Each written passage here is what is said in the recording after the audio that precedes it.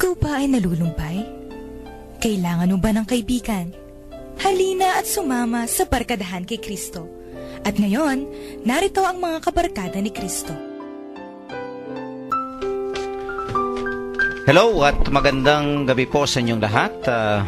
Ito po ang inyong lingkod, si Father Pep po ito, ang inyong among sa Himpapawid at ang director po ng Commission on Catechesis ng Archdiocese of San Fernando, Pampanga.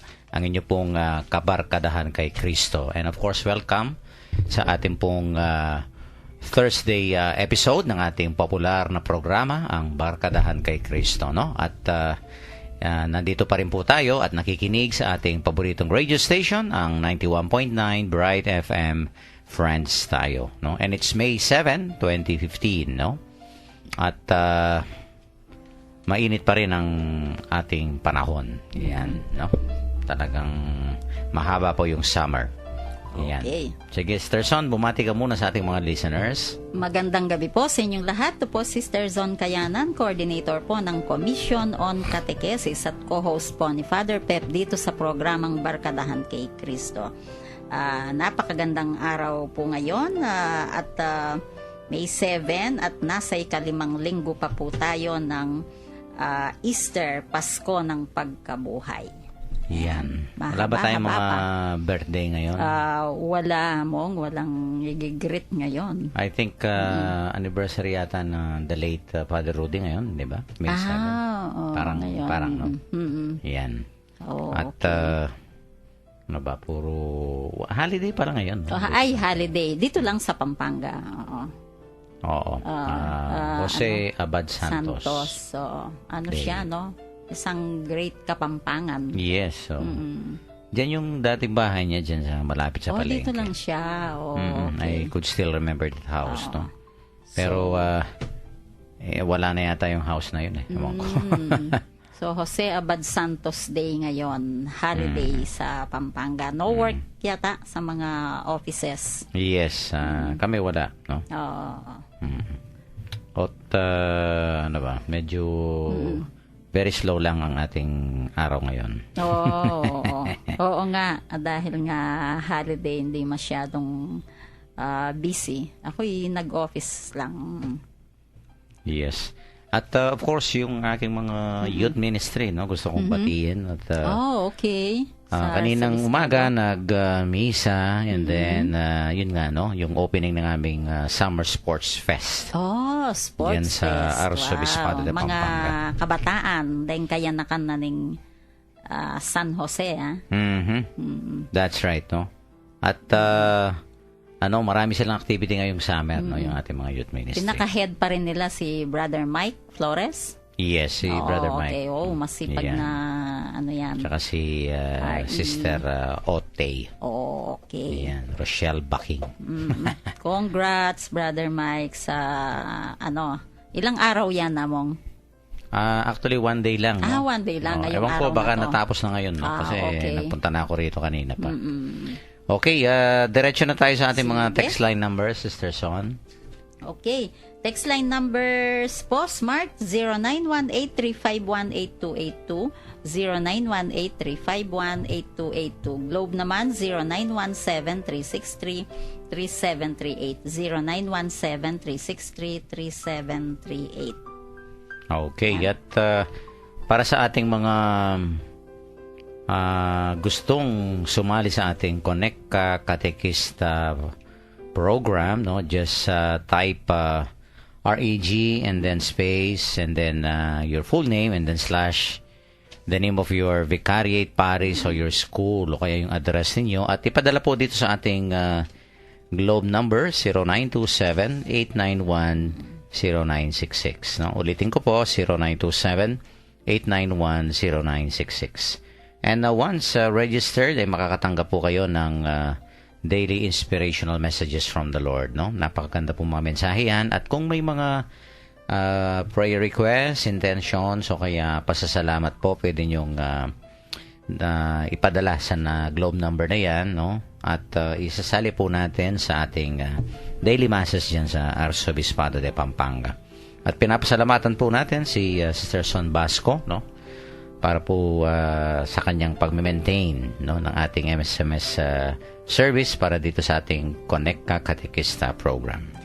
Okay, at ang live streaming naman po, kung gusto nyong manood sa internet, nandyan po sa www.ustream.tv, and then i-search po ninyo yung Bright FM 91.9. Ayan. At of course, may mga nanonood po na galing sa ibang bansa. Hello po sa inyo. And then, kung gusto niyo naman pong marinig yung mga nakaraang episodes namin, nasa Facebook naman po. No? Facebook account name is Barkadahan kay Cristo Pampanga. Ando doon po ang mga nakaraang episodes.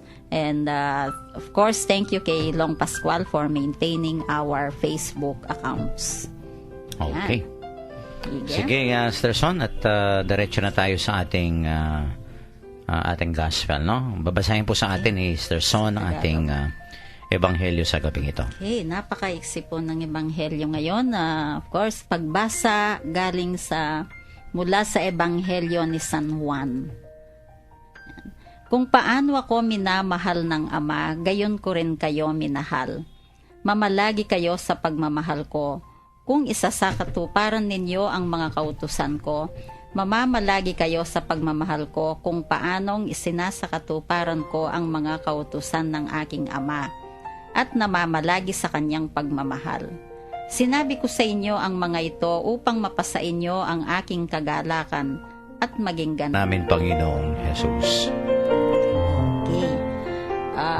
Parang continuation namong nung kahapon, no? Talagang punong-puno ng pagmamahal ang gospel natin lately, dahil magpapaalam na, no? Parang nagpapaalam na ang Panginoon sa kanyang mga disipulo, no? Dahil malapit na po yung Ascension Sunday. Kaya eto nga, yung mga gospels natin ngayon, puro para bang nagbibilin siya, no? Parang may kaunting pamamaalam, parang magkasama, bilin at pamamaalam. Kung minsan namong ang ganun it's both malungkot at masaya, 'di ba? Kung minsan mahirap or malungkot ang paalaman. Ayan. Pero kung alam mo kung saan pupunta at magandang pupuntahan niya, masaya ka, ikaw na maiiwan. So ang nararamdaman po siguro ng mga disipulo niya mixed feelings, mixed reactions. Kahit po sa atin na-experience po natin yan, so ito po, kwento ng pag-ibig ang mga gospels natin lately, no? Alam naman po ninyo, tayo, lalo na tayong mga Pilipino, kapag kwento ng pag-ibig o pagmamahal, para bang ang puso natin ay naaakit na sumubaybay o makinig, no? Di po ba sa mga telenovela, ganyan. Pag alam nating love story, susubaybay na tayo, yan. And then, tutuklasin natin ang kinahihinatnan ng pag-ibig, no? Kumbaga sa nakaka-relate tayo pag sinasabi natin tungkol sa pag-ibig or pagmamahal. Kung babasahin natin po ang kabuuan ng Ebanghelyo ayon kay San Juan, makikita nating ito ay tungkol nga sa pag-ibig, no? Ito pong kababasa ko lang. Ang mga salita ng Panginoong Hesus na tungkol sa pag-ibig o pagmamahal ay hindi lamang para sa kanyang mga unang alagad. Ito rin po ay para sa atin, no? Tuwing babasahin natin ang Biblia, ang Scripture. Ang mga salita ng Panginoong Hesus ay parang nag-aanyaya sa atin na kilalaning siya ang unang umibig sa atin. No? Hindi natin pwedeng sabihin ay ako, inibig ko ang Diyos, minahal ko, nauna ko. Hindi po, siya po ang naunang nagmahal sa atin, no? Ito nga po, kailangang mamalagi tayo sa Kanya at patuloy na nagmamahal, no? Siya po, ganun ang ginagawa niya, namamalagi siya sa atin at patuloy na nagmamahal sa atin, no? Sa pagbabasa po ng Ebanghelyo, kayo po, pag binabasa ninyo yung Ebanghelyo, lalo na po yung ngayon, no? Tinatanong niyo ba sa inyong sarili kung naaantig kayo, no, sa pagmamahal sa inyo ng Panginoong Hesus? Ito pong gospel natin ngayon, no? talagang nakakaantig po na eto po pala akong magmahal ang Panginoong Jesus. Ayan. Talagang Parang ang lalim ng Valentine's Day, no? Tanong ko sa'yo kung ikaw ba'y Sister Son, na in love ka na? Ayamong naman. Siyempre, di ba may kasabihan, it's better to have loved and lost than never to have loved at all. Yes. Di ba? Napapangiti niyan si Gerald sa mga tanong mo sa akin. Hindi naman yung parang boyfriend girlfriend, no? Pero like for example, in love sa family, in love sa mga kapatid mo, sa mga pamangkin mo. Course, 'Di ba lahat tayo, no? Talagang sabi nga ang tawag sa atin ay ang tawag ng pag-ibig. Yan, no? To love, 'di ba? The greatest commandment, 'di ba? And well, I think all of us, no, in one way or another, hindi lang yung parang pag-aasawa, no? Like for example, kaming mga pare, ha? Kuminsan nga, okay, mga madre, no? Mga madre. Ang akala na lang iba, pumasok kami sa seminaryo, kaya yung mga kumbento sa mga madre, dahil broken-hearted kami. Akala nila lahat ng magmamadre, nagpapare, na in despair kaya pumasok sa kumbento. Ganun Kaya ba yun? parang ganun. Yung iba, ganun. They have a notion na totoo parang yun. broken-hearted yung mga pumapasok dyan sa yung mga bigo sa pag-ibig. Kaya binabaling na sa Panginoon ang pag-ibig. Ganun ba yun? Pero that's not true, no? Oh, of course. Of course, kasi alam mo, may ako natatandaan ko yung sinabi ng spiel director ko, no? Halimbawa, sabi niya yung kung umibig ka sa isang tao, of course hindi masama yun, no? Pero kung nagpapari ka, sabi niya, dapat you have to choose a higher love. Yun, no? Sa Panginoon. So, hindi ka broken-hearted, but you are just choosing a higher love. Higher kind of love, no? Parang a higher kind of love, no? And of course, there is no other higher kind of love except the love of God. No? Kaya nga, totoo yan, in love, no? In love kami, in love sa Panginoon, in love sa simbahan, no? Yung ang isang obispo, no, nag-sermon daw. Sabi niya sa mga, sa mga tao, ako ho'y in love, no? Talagang binitin niya. Yung mga kanya, no? Ay, si Bishop in love, no? Sabi niya, ang pangalan niya ay Maria. Mag-iinteresado nga. Kasi madaming pangalang Maria, eh. Pero kasi kapiestahan ng mahal na ina. Kaya tama noon. Kaya kuhang-kuha kagad. Kuhang-kuha agad, diba? And that's very true, no? That, of course, life becomes very meaningful, no? Very fulfilling. At ito nga, let us link love dito sa sinasabi ng Panginoon about joy. That your joy may be full, sabi niya.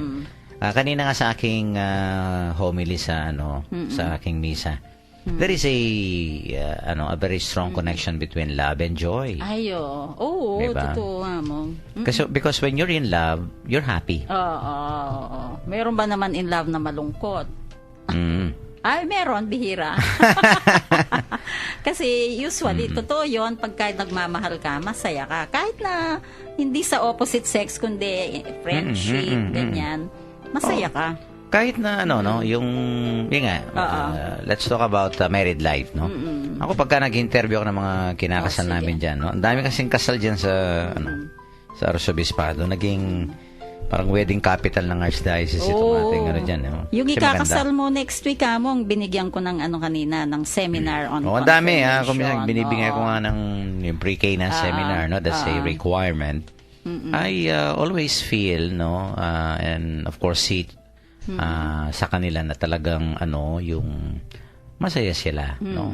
Siyempre unang pag-ibig, yan, honeymoon stage, di ba? Wedding, honeymoon stage, masaya pa. No, pero sabi ko nga, usually sabi ko pagka binibigyan ko sila ng pre-K na seminar, no, kasi yung akin part 2, no, itong part 2 ito, sabi ko sa kanila, ang entrada ko ganito It's all about the not so nice things about married life. Ang mapapakinggan nyo sa akin, yung mga hindi magaganda. Kailangan mo ring sabihin kasi Yes, yun, no? oo. Hindi po Kasi sabi ko maganda. yung mga masasaya, no? Madaling. That's very true, no? When you're in love, and married life has its joys and happiness, happy moments, no? Pero mayroon ding di ba? Ay, oo. So ngayon masaya kayo, pero not always. Pero of course, alam mo yung kahit na hindi ka masaya, minsan may mga pagsubok, no? Pero sabi nga ni Saint Augustine, when you love, sabi niya, there is no pain. No, walang mahirap, walang masakit sa nagmamahal. Pero kung may sakit, sabi niya, may hirap, pati yung hirap o sakit na yun, pagmamahal. Oo. Ay, totoo yun. Oh. Yung mga pains, they can translate into greater love. Parang ganyan, no? Pag So, dumaan ka ng pain. I think kahit na kung minsan masakit, kahit na minsan sabi ko nga, because when you decide to love a person, Sister Son, no? You're taking a risk. Ay, oo. Tinataya mo yung sarili mo dyan. Bakit? Kung minsan hindi mo naman alam kung yung taong yun mamahalin ka, no? Oo. Kung masusuklian ng pagmamahal masusuklian ba at matutumbasan ba yung klase ng pagmamahal na ibibigay mo sa kanya. Kung minsan 100% bibigay mo lahat. I'll give it all. Parang ganyan, di ba? Tapos siya, ang balik, 30%. Konti. 40%, no? Konti. Oo. Kaya nga it's a risk, no? But again, kasi ang true love, it's really other-centered, no? It is not you making yourself happy, but it is making the other happy. Yun, oo. No? Kasi Huwag it's mo na other-centered, yung- it's not self-centered. Oo. Ganyan ang tunay na pag-ibig, you know? Oo. Selfless ka eh. Kaya nga, hindi ba yung sabi ng Panginoon, yung there is no greater love than this, than to lay down one's life. No? Yung pag-aalay. Yun. Binibigay mo yung sarili mo, no? Oo, ang ginawa ng Panginoon It is sa other-centered, no? Kaya, kung minsan talaga, pagkaganyan, yun nga, very risky. Kung may mga mahirap yung ibigay mo yung sarili mo, ha? Kung yun nga, sabi ko sa'yo, kung yung balik sa'yo, kokonti lang. Ilang percent lang. Ikaw, ilang percent nagbigay ka lang. ng 100%. Naku, ang mahirap pa, Sterson, kung i-reject ka pa. Oo. No, yung bang, ako lang pala ang nagmamahal. Yung mga ganyan, di ba? Ay, oo.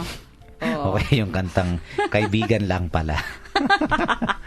Oo nga. Alam mo ba yung... Parang Valentine's Day.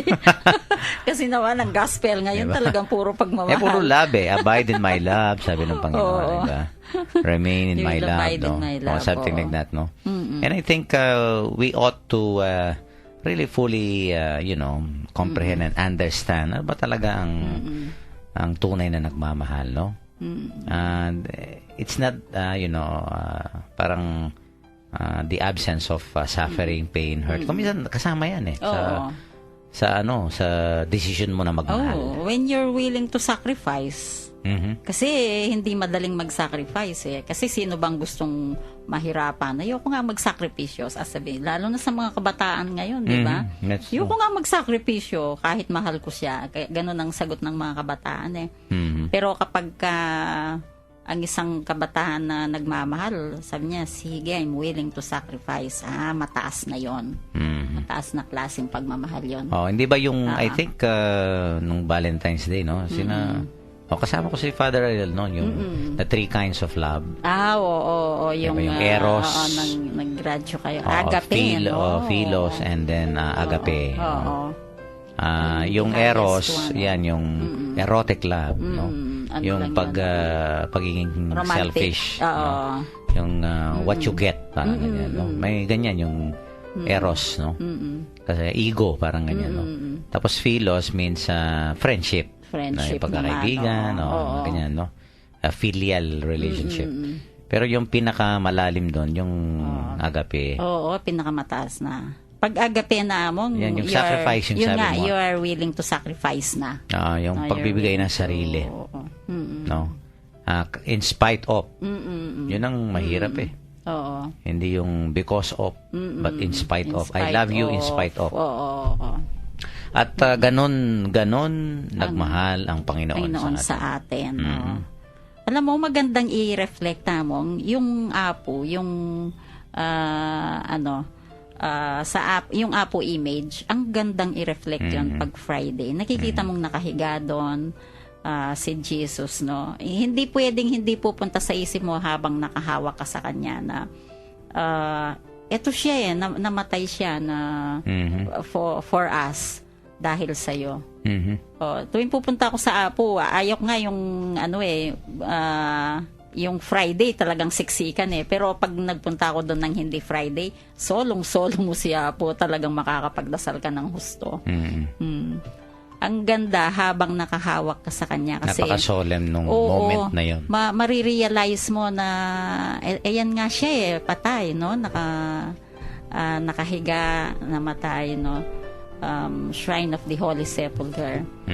Tapos dahil sa iyo kaya siya nandun sa ganung kalagayan. Ang gandang i-reflect po pag nagpunta kayo sa Apo.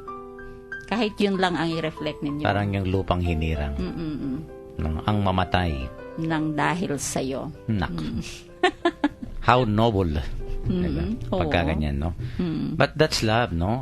In spite of the pains, the hurts, no? The sufferings that is sometimes, no? Kuminsan included yan, no? Kalakip yan. Kasama yung may paghihirap.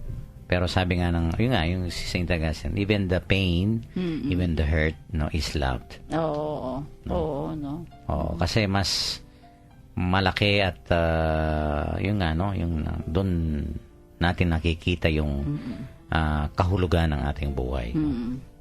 Okay, i-cut muna natin dyan at itutuloy natin yung I think let's develop yung joy, no? Oo, mamayang pag-usapan natin namang the fruit of that love na pinag-usapan natin is joy. Yan. Babalik po tayo and of course sa ating mga texters, no? Kayo po'y inanyahan namin na mag-text at pamaya po'y babasahin natin yung inyong mga messages, no? Sa ating second segment.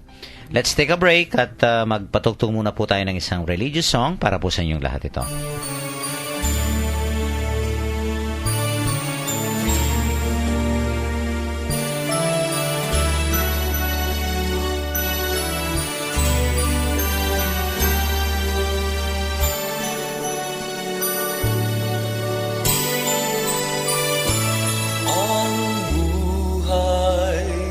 Sa mundong ito ay isang paglalakbay lamang patungo sa Panginoon at sa Kanyang kaharian.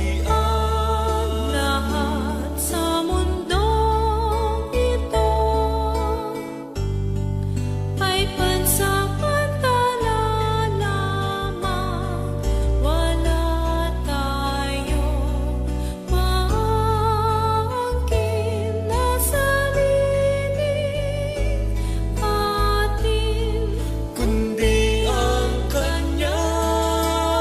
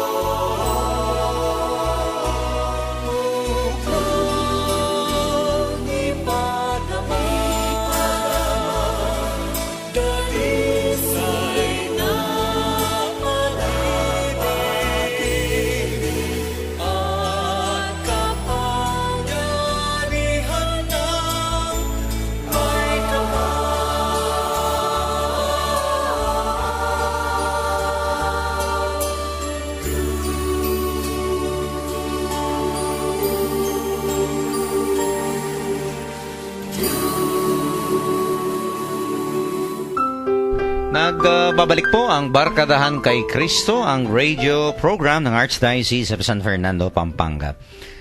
Sa ating first segment kanina, tinalakay po natin itong tema, no? Na pinag-uusapan natin, of course based from the gospel for today, no? Itong sabi ng Panginoon na mahal ako ng Ama at kayo'y minahal ko, no? Kaya kailangan manatili kayo, no? Remain in my or abide in my love, no? And if you really love me, you have to keep my commandments, sabi ng Panginoon. At itong pagmamahal po ng ito hindi self-centered, sabi nga natin. No, hindi lang ano ba yung makukuha ko sa ibang tao, no? Kung hindi yung ano yung maibibigay natin. Yeah. No, it's pagbibigay actually, no? And as I have said, there is pain, kuminsan there is hurt, no? Pero you know, the fulfilling moment, no, is greater than the hurting and the painful moment, no, sabi nga, no. Kaya yung sinabi mo kanina, ano yung poem? Ano ba yung poem mo kanina? May poem ka kanina, no? It's better. It's better to have love Oo. than never to have love, to have not loved at all. Paano ba yun? Yun. Yeah. Parang ano ka ngayon, ha? Poeta ka. Parang ano. Sige, may mga texters tayo. February. Okay. Sige po. Ito po, ang daming nag-text na. Ayan, from 2137, sabi po niya, it is not love if you don't know how to sacrifice. Yan, totoo po yun. Just like God gave us His only begotten Son for our salvation, that is one of the perfect example of sacrifice. Yan, ang ganda po. Totoo po yun, yung sinabi nyo. Love is sacrifice. Okay, pag hindi ka marunong mag-sacrifice, then you don't know how to love. Diba? Tama ba yun? That's very true. Oo. Okay, from 4712, sabi niya, ang pagmamahal po ay ano ba ito? Ay hindi permanente. There's no permanent love. Ay, anong mako-comment mo doon, Among? Bakit? Bakit naman po hindi permanente? Baka, salawahan. Baka salawahan yung nag-text. Biro lang po. Pwede pong permanente, di po ba? Lalo na sa sa mga ikinasal, yan, sa mag-asawa. Pwede naman pong permanente hanggang sa huling sandali. Yan. O sige po, pero of course, we have our own kanya-kanya po tayong baka hindi pa true love kasi yan. Oo nga. Baka puppy love. Baka puppy love pa lang yung sayo. Okay.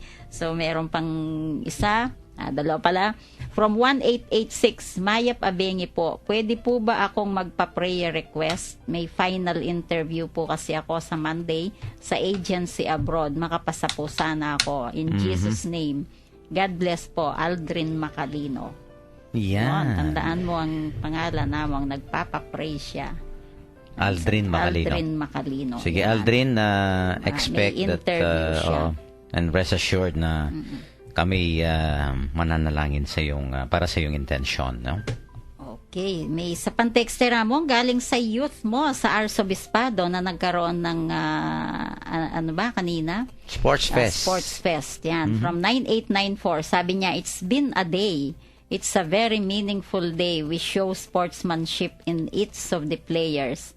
No injuries, and I know this is one of the way that God show His love to us, especially our youth organization. Yan, Peter Rayap, a proud Lecom. Yun, wala daw injuries. Wow, ang galing naman. Yan, totoo yun. Yan ang inabiling ko kanina.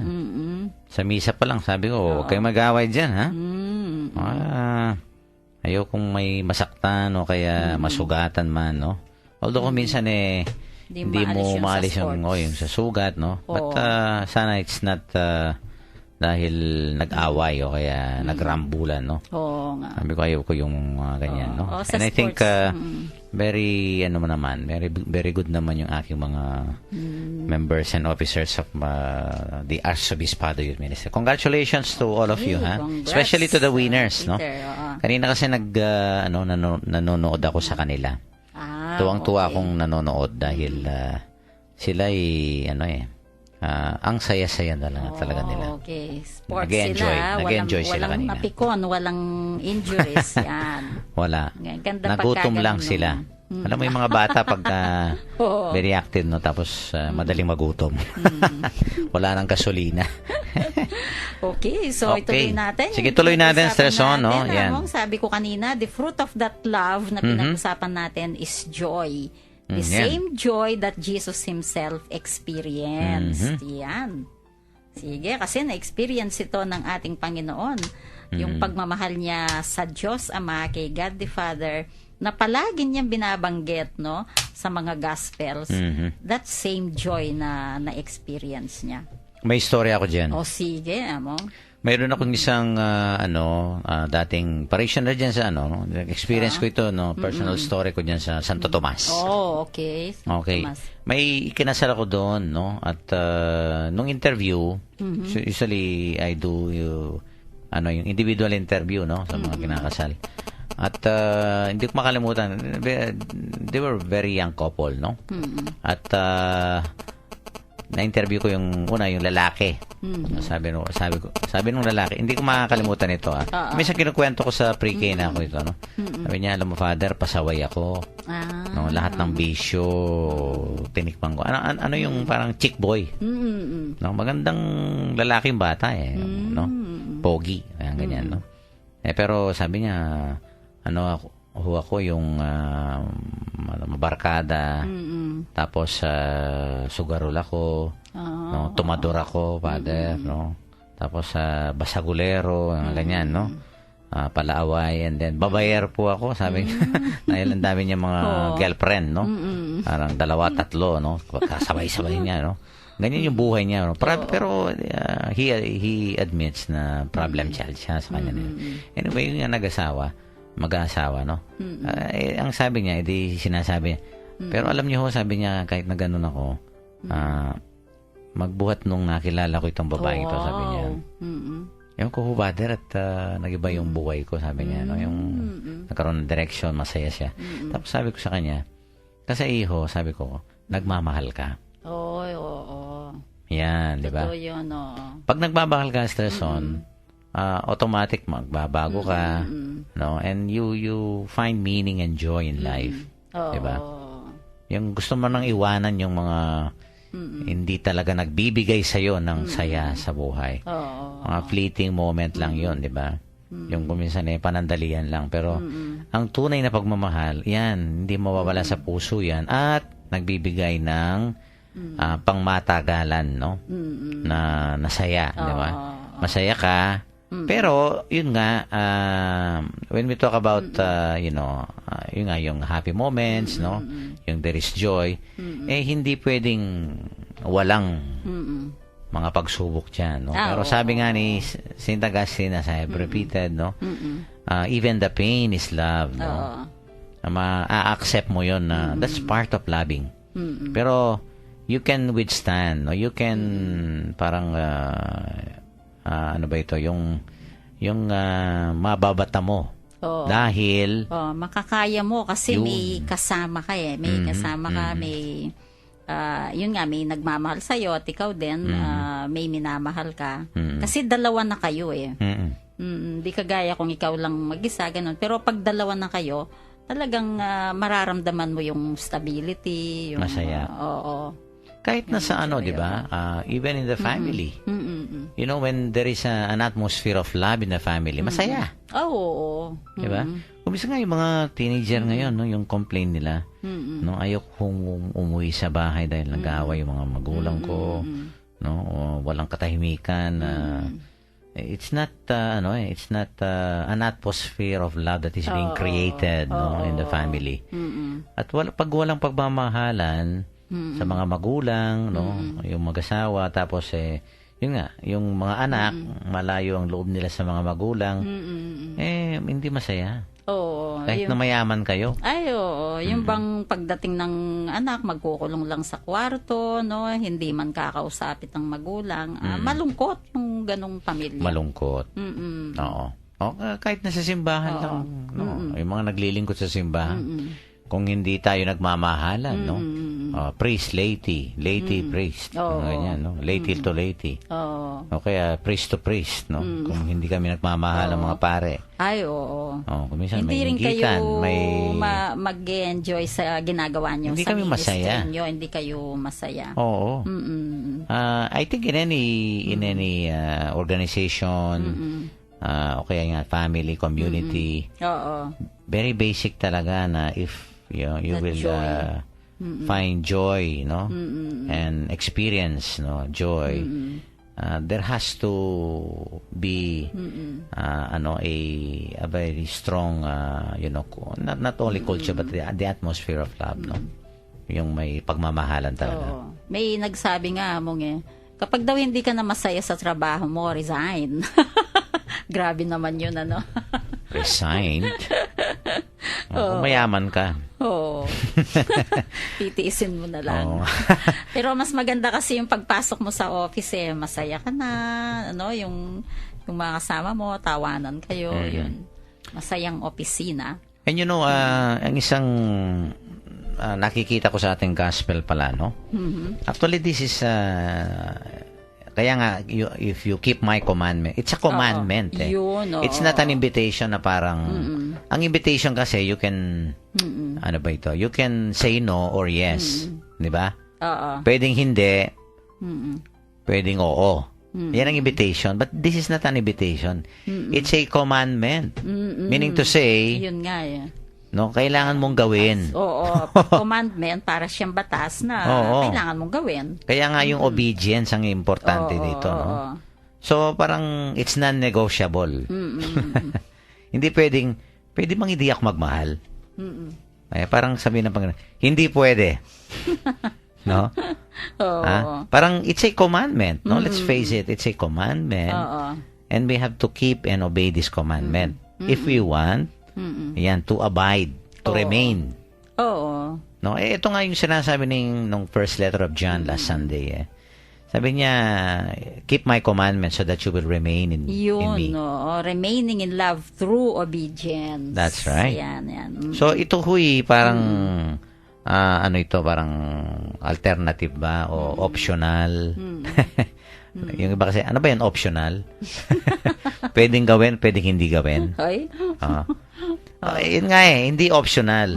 And again, it is not in the context of an invitation, no? Parang yung invitation,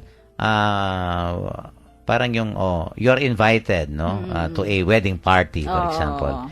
But you can reject, no? You can say no, no? Pero ito, if you want, no, to remain in God, no? To abide in God, walang, it's walang paraan except ito lang. Keep my commandments. Yes, you keep my commandments.